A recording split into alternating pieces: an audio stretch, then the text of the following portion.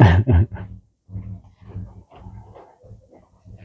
right, thank you. Again, I'm Scott Garland. I'm president of the Upland Historical Society. And we'll be providing this presentation on Martha Washington.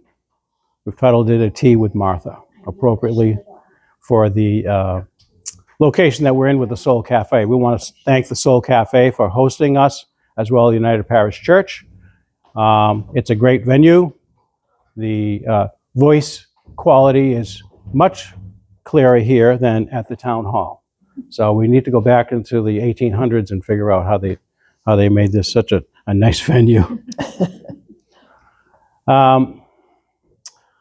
We have Barry Lynn from our society on the photography. And is this cable? Video. Video. Photos. And what's your name? Stephen Doherty. Stephen, thank you for coming. We appreciate it. All right, we'll get started. Yep. A Tea with Martha. Thank you for joining us today for this dramatic reading about Martha Washington. We hope you will stay afterward for refreshments and conversation. When Americans think of Martha Washington, they often picture her beside her husband, George Washington, during the founding of the United States. While Martha herself was a Virginian by birth and marriage, Massachusetts played an important role in the Washingtons' lives and in the birth of the nation they helped create. One of Martha Washington's strongest ties to Massachusetts came during the early days of the American Revolution. At that time, Cambridge became the center of the American military effort. Martha Washington stayed in what is now known as the Longfellow House, Washington's headquarters, National Historic Site, where George Washington used the mansion as his military headquarters. While Martha was in Cambridge, the Continental Army surrounded British forces occupying Boston during the Siege of Boston. Martha witnessed firsthand the tension, the shortages, the uncertainty of war. Her presence reassured soldiers and officers alike. They saw her as a symbol of patriotism, sacrifice, and a steadfast support for the revolutionary cause.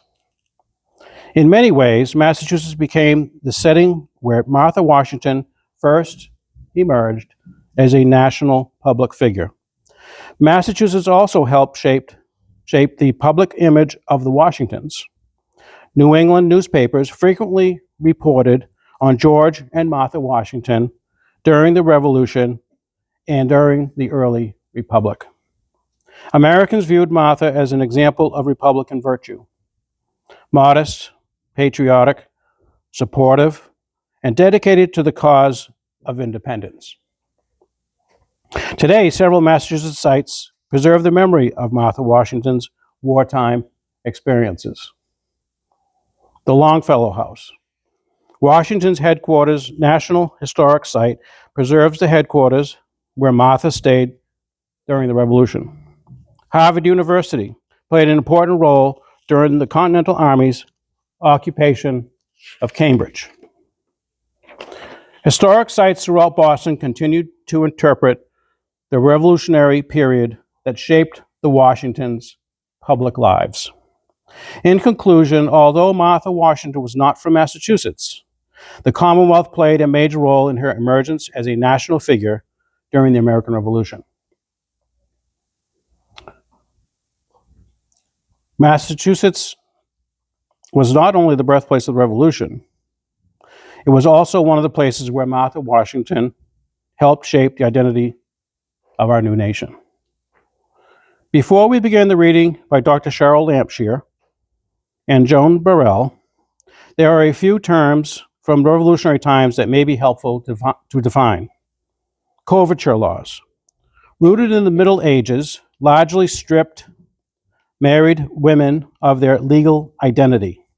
Under these laws, women generally could not own property independently, and most possessions became their husbands' upon marriage.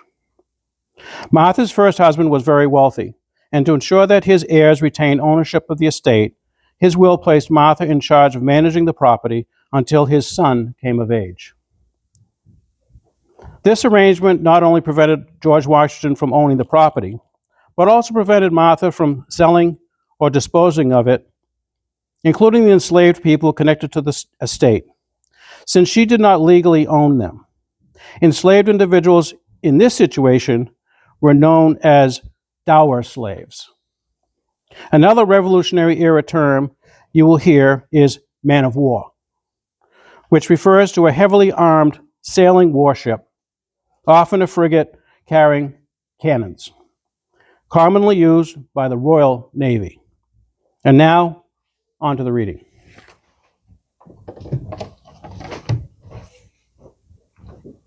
I'm certain that you are familiar with Martha Washington, at least by name. She's lived in the shadow of her husband, in large part by choice, as she was a private woman. However, a look at her own story reveals that she played a strong supporting role in the events that shaped our nation. Martha was born in 1731 into a prominent Virginia family. There, she was well educated in expected domestic and social skills and became a voracious reader. Her first husband, Daniel Custis, was a wealthy plantation owner, 20 years her senior. The marriage was short-lived, as he died in 1757, leaving her to raise two of their four surviving children and manage the vast Custis estate. She was considered to be the wealthiest woman in Virginia. However, coverture laws meant that she was custodian and manager of the property until it was passed on to the next male Custis successor when he became of age, her elder son, surviving son, Jackie. This included approximately 300 dower slaves. She married her second husband, George Washington, in 1759. They resided at his home, Mount Vernon, and both helped to raise the surviving children from her first marriage, Patsy and Jackie. We pick up the story in 1774, not long after the death of Patsy, who died of an epileptic seizure at the age of 16. My first exposure to Army life came as a surprise. It happened at our dinner table in Mount Vernon in September 1774. Our guest, Mr. Pendleton, who had accompanied my husband to the Philadelphia Congress, unwittingly quoted from Mr. Washington's speech. I will raise 1,000 men, subsist them at my own expense, and march myself to their head for the relief of Boston. To me, this was a shock and revelation. I had no idea events had come to war. Looking straight towards the head of the table, I caught my husband's eye and with some difficulty restrained my composure. This saved Mr. Pendleton from the embarrassment of knowing he had blundered by inadvertently sharing my husband's words. And I who had never been an Army wife, found myself suddenly bound as lady to the Commander-in-Chief. The discipline I exercised at the dinner table that night was soon to be tested in many ways. War duties demanded Mr. Washington's presence in Philadelphia. After he was gone, I was overcome with fear and loneliness. I had recently lost my daughter Patsy and now feared losing my husband to war. But I had a responsibility to my son and my husband, as well as to the management of the estates, and pushed through the first difficult days. I also took some comfort in the common belief that the war would be over by Christmas.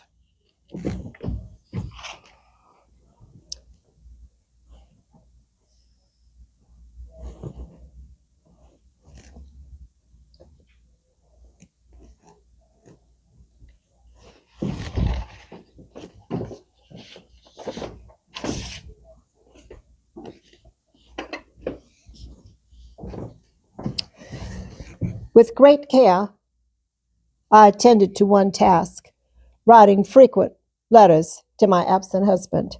I wrote about Mount Vernon, which he dearly loved, family incidents, happy things. It was the one duty I could perform well, and I gladly did so, hoping the news from home might help to ease the wartime pressures. To my great disappointment, Mr. Washington was not home for Christmas. Our first time apart in more than 17 years of marriage. As winter turned to spring, hopes of a speedy end to the war faded. In June, I heard disquieting rumors that Lord Dunmore, former British governor of Virginia, had collected a rabble of loyalists and was terrorizing the lower James River with a British man-of-war. There was even talk he would come to Mount Vernon and seize me captive, although I knew that General Washington, considered by the British to be a traitor, could be hanged for treason. I dismissed it as ridiculous that a British gentleman would harm a middle-aged woman in her own home. But I did take the precaution of packing our valuables into trunks in case we needed to depart in haste. Our second Christmas apart was fast approaching. My only remaining son, Jackie, and his family were to accompany me to my sister Nancy's for a visit. Shortly after we arrived at New Kent, a Saddle-Sore Express rider thrust a message into my hands. General Washington requests your presence at Cambridge. My family barely restrained me from setting out post-haste. Jackie, her son, was absolutely astonished. Martha Curtis Washington, who for 44 years had never been north of Alexandria, Virginia, and never traveled any distance alone, was eager to face 3 weeks of hard winter travel and go all the way to Massachusetts, where the British lines were established. Even the general doubted she would come. He wants me with him. I can be there by Christmas. I would take hams, fruitcakes, nuts, dried fruits, as well as yarn, needles, and thread. I would tuck presents into the corners of the trunks. Oh, there is so little space in the carriage. In a state of excitement and according to plan, the carriage was soon packed and she was on her way.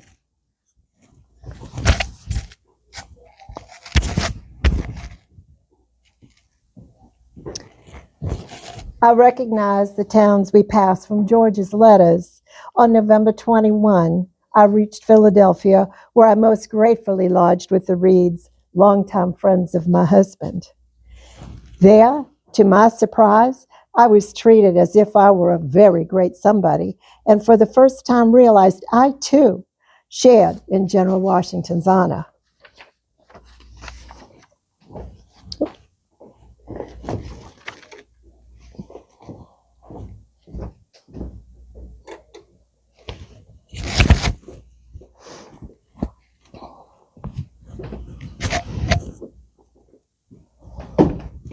I arrived in Cambridge in early December and immediately set about establishing some domestic stability in the general's life. Soon, other officers' wives followed my example.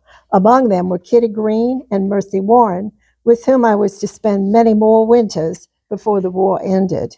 We soon established a sewing and knitting circle to do mending for the bachelors and to provide comfort and bandages for the ever-present hospital. I also performed secretarial duties for my husband, including making copies of important correspondence, and discovered I was very adept at raising funds to support the troops. Christmas was made as special as possible. Our table was laden with Mount Vernon specialties and even some wine. We took out our best gowns and we powdered our hair. A little gaiety helped dispel the gloom for a while, for the terms of enlistment in the militia were running out. Life was far from frivolous.